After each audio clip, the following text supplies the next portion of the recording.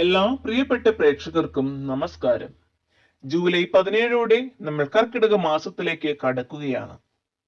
പഞ്ഞക്കർക്കിടകം എന്ന് പറയാറുണ്ട് എങ്കിലും രാമായണ പാരായണത്താലും പ്രാർത്ഥനകളാലും ഭക്തി നിർഭരവും ഐശ്വര്യപൂർണവുമായ ഒരു മാസമാണ് ഇത്.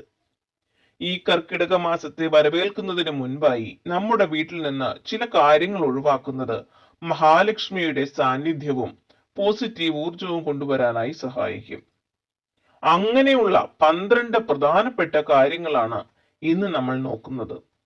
വീഡിയോ മുഴുവനായി കാണാൻ ശ്രമിക്കുക. ഒന്നാമതായി ആദ്യമായിട്ട് ശ്രദ്ധിക്കേണ്ടത് നമ്മുടെ വീടിന്റെ മുൻപിലുള്ള തുളസിത്തറയാണ്. ഐശ്വര്യത്തിന്റെ പ്രതീകമായ തുളസി ഉണങ്ങിയതോ മുരടിച്ചതോ ആയി നിൽക്കാൻ പാടില്ല. അത് നെഗറ്റീവ് ഊർജം ഉണ്ടാക്കും. അങ്ങനെയുണ്ട് എങ്കിൽ ആ ചെടി മാറ്റി പുതിയൊരു തുളസി തൈ നടാൻ ഈ സമയത്ത് ശ്രദ്ധിക്കുക.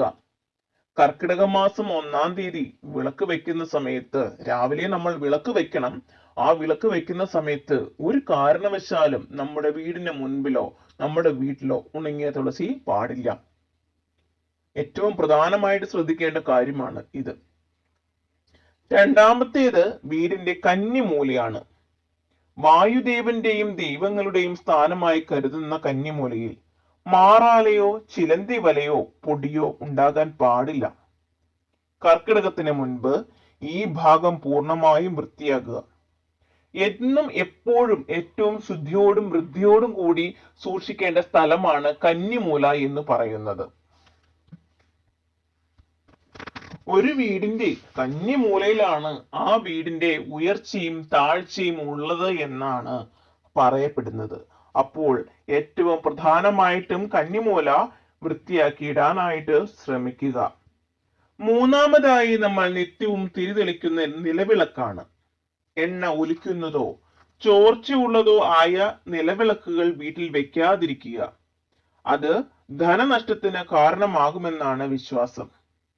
അങ്ങനെയുള്ളവ മാറ്റി പുതിയ നല്ലൊരു വിളക്ക് വാങ്ങാനായി ശ്രമിക്കുക.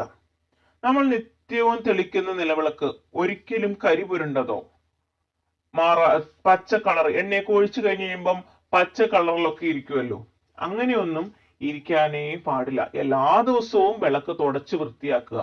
ചൊവ്വ വെള്ളി ദിവസങ്ങൾ ഒഴികെയുള്ള ദിവസങ്ങളിൽ വിളക്കുകൾ കഴുകാനും ശ്രമിക്കുക. ചൊവ്വ വെള്ളി ദിവസങ്ങളിൽ വിളക്ക് കഴുകാറില്ല സാധാരണ. എന്നും ഭസ്മം ഉപയോഗിച്ച് തുടച്ചാലും വിളക്ക് എപ്പോഴും ശുദ്ധിയായിട്ടും വൃത്തിയായിട്ടും സൂക്ഷിക്കാൻ പറ്റും.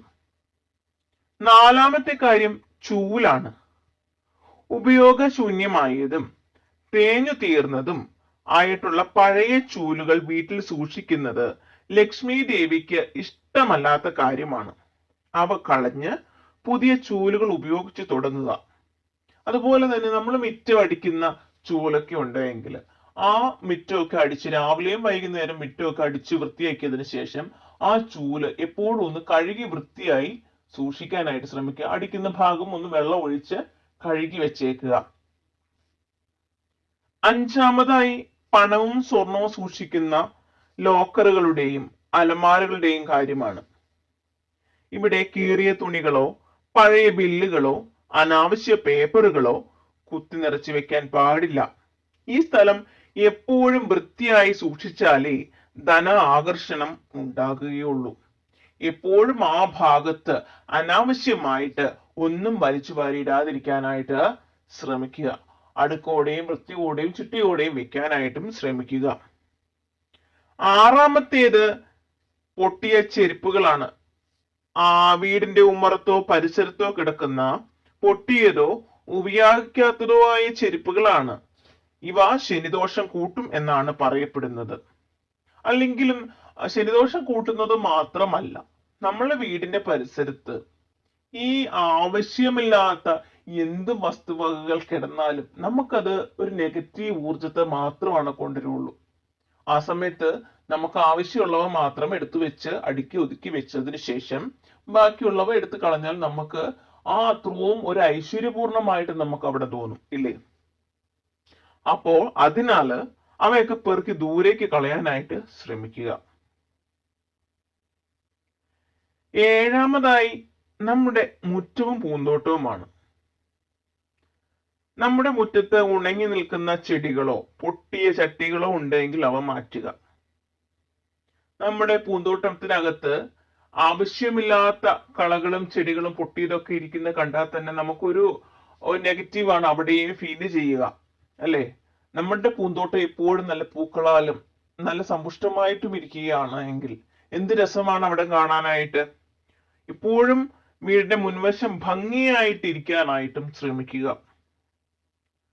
എട്ടാമത്തെ കാര്യം സമയം സൂചിപ്പിക്കുന്ന ക്ലോക്കുകളാണ്. നമ്മുടെ സമയവുമായി ബന്ധപ്പെട്ടതാണ് ക്ലോക്കുകൾ പോലുള്ളവയൊക്കെ. ഓടാത്തതും കേടായ ക്ലോക്കുകളും വീട്ടിൽ വെക്കുന്നത് പുരോഗതിയെ തടയുമെന്നാണ് പറയപ്പെടുന്നത്. അതുപോലെ തന്നെ പഴയ വർഷങ്ങളിലെ കലണ്ടറുകളും ചുവരിൽ നിന്ന് മാറ്റിയേക്കുക. ഒൻപതാമതായി നമ്മുടെ പൂജാമുറി തന്നെയാണ്. തലേ ദിവസത്തെ ഉണങ്ങിയ പൂക്കളും വാടിയ തുളസി ഇലകളും പ്രസാദം വെച്ച ഇലകളും ഇവയൊക്കെ പൂജാമുറിയിൽ അവശേഷിപ്പിക്കാൻ പാടില്ല. ഇത് ദിവസവും കൃത്യമായിട്ട് മാറ്റേണ്ട കാര്യമാണ്. അതുപോലെ തന്നെ എപ്പോഴും നമ്മുടെ പൂജാമുറിയിൽ ഒരു പോസിറ്റീവ് ഊർജം നിലനിൽക്കണമെങ്കിൽ അന്നത്തെ കാര്യങ്ങൾ വൃത്തിയായും ശുദ്ധിയായിട്ടും ചെയ്തു പോയെങ്കിൽ മാത്രമേ ആ കുടുംബത്തിന്റെ സർവ്വ ഐശ്വര്യങ്ങളും വരികയുള്ളൂ. ഏറ്റവും വൃത്തിയായിട്ട് സൂക്ഷ്മതയോടെ സൂക്ഷിക്കേണ്ട സ്ഥലമാണ് പൂജാമുറി എന്ന്. പൂജാമുറി ഇല്ലാത്തവരാണ് എങ്കിൽ നമ്മൾ വിളക്ക് വെക്കുന്ന സ്ഥലത്തെ അന്നന്ന് ക്ലീൻ ആക്കി പോന്നു കഴിഞ്ഞാൽ നമ്മുടെ വിളക്ക് വെച്ച് കഴിയുമ്പോൾ അവിടെ ഒരു പോസിറ്റീവ് എനർജി പ്രത്യേകമായിട്ട് അവിടെ ഉണ്ടാകും. ഇത് ദിവസമായും കൃത്യമായിട്ടും മാറ്റാനായിട്ടും ശ്രമിക്കുക. പത്താമത്തെ കാര്യം പൂജാമുറിയിലോ വീട്ടിലുള്ള പൊട്ടിയ വിഗ്രഹങ്ങളോ അല്ലെങ്കിൽ നിറം മങ്ങിയ ഗ്ലാസ്, പൊട്ടിയ ദൈവചിത്രങ്ങളോ ഇവയൊന്നും സൂക്ഷിക്കരുത് എന്നാണ്. വിഗ്രഹങ്ങളും ഗ്ലാസുകളും മാത്രമല്ല, നമ്മുടെ കണ്ണാടി ഒന്ന് പൊട്ടിയാൽ പോലും ആ വീടിന്റെ പരിസരത്ത് പോലും കണ്ണാടി സൂക്ഷിക്കാൻ പാടില്ല എന്നുള്ളതാണ്. ഇവ ഒഴുക്കുള്ള വെള്ളത്തിൽ ഒഴുക്കുകയോ വൃത്തിയുള്ള മണ്ണിൽ കുഴിച്ചിടുകയോ ചെയ്യുക. 11ാമതായി വീടിന്റെ വാതിലിന്റെ വൃത്തിയാണ്. ലക്ഷ്മി ദേവി കടന്നു വരുന്ന വഴിയാണ് ഇത്. വാതിലിൽ കറയോ പൊടിയോ ഉണ്ടാകാൻ പാടില്ല. അതുപോലെ തന്നെ വീട്ടിലെ അരിപ്പാത്രം എപ്പോഴും നിറഞ്ഞിരിക്കാൻ ശ്രമിക്കുക. അത് ഒരു കാലത്തും പൂർണ്ണമായും ശൂന്യമാകാതിരിക്കാനും ശ്രദ്ധിക്കുക. നമ്മൾ അന്നത്തെ ചോറ് വെക്കാനൊക്കെ ആയിട്ട് അരി എടുക്കുമ്പോ ഒരു പിടി അരി തിരിച്ച് ആ അരിപ്പാത്രത്തിലേക്ക് ഇട്ടുകൊള്ളുക. ഒരിക്കലും അന്നത്തിന് മുട്ടുണ്ടാവില്ല. 12ാമത്തെ കാര്യം ഭക്ഷണമാണ്. ദിവസങ്ങളോളം ഫ്രിഡ്ജിൽ വെച്ച പഴകിയ ഭക്ഷണങ്ങൾ കർക്കിടക മാസത്തിൽ പരമാവധി ഒഴിവാക്കുക. ആരോഗ്യ സംരക്ഷണത്തിന് ഏറെ പ്രാധാന്യമുള്ള മാസമായതിനാൽ ഫ്രഷായ ഭക്ഷണം മാത്രം കഴിക്കാനായിട്ട് ശ്രമിക്കുക. അപ്പോൾ സുഹൃത്തുക്കളെ, വരാൻ പോകുന്ന കർക്കിടക മാസത്തെ വരവേൽക്കാൻ ഈ 12 മാറ്റങ്ങൾ നിങ്ങളുടെ വീട്ടിലും വരുത്തുവാനായിട്ട് ശ്രമിക്കുക. വീട് എപ്പോഴും വൃത്തിയായും പ്രാർത്ഥനാ നിർഭരമായും സൂക്ഷിച്ചാൽ മഹാലക്ഷ്മിയുടെ അനുഗ്രഹം തീർച്ചയായും ഉണ്ടാകും. അതുപോലെ തന്നെ നമ്മുടെ വീടിനകത്ത് ഗന്ധകമോ കുന്തിരിക്കമോ ഒക്കെ ഇടയ്ക്കിടയ്ക്ക് പുകയ്ക്കുന്നത് നമ്മുടെ വീട്ടിലെ നെഗറ്റീവ് ഊർജത്തെ മാറ്റി പോസിറ്റീവ് ഊർജം നിലനിൽക്കാനായിട്ട് സഹായിക്കുകയും ചെയ്യും. ഇടയ്ക്കിടയ്ക്ക് നമ്മുടെ വീട് ഉപ്പുകല്ലിട്ട് ഒന്ന് തുടയ്ക്കുന്നതും നല്ലതാണ്. ഇതും നെഗറ്റീവ് ഊർജത്തെ മാറ്റി പോസിറ്റീവ് ഊർജം നമ്മുടെ കുടുംബത്തിൽ ലഭിക്കാനായിട്ട് വളരെ സഹായകമാണ്. ഈ വീഡിയോ നിങ്ങൾക്ക് ഉപകാരപ്രദമായി എന്നാണ് കരുതുന്നത്. കൂട്ടുകാർക്കും കുടുംബാംഗങ്ങൾക്കും ഇത് ഷെയർ ചെയ്ത് നൽകുക.